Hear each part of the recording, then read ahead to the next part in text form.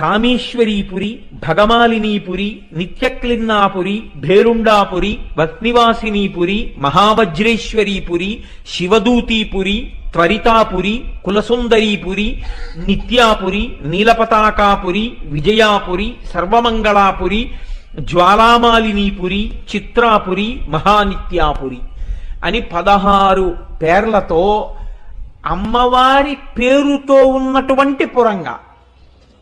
అసలన్నిటికీ పేరు శ్రీపురాలి.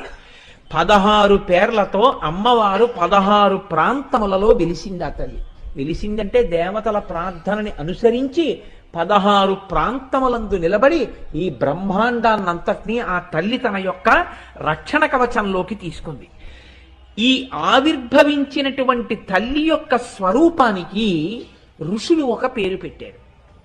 ఆ పేరే లలిత.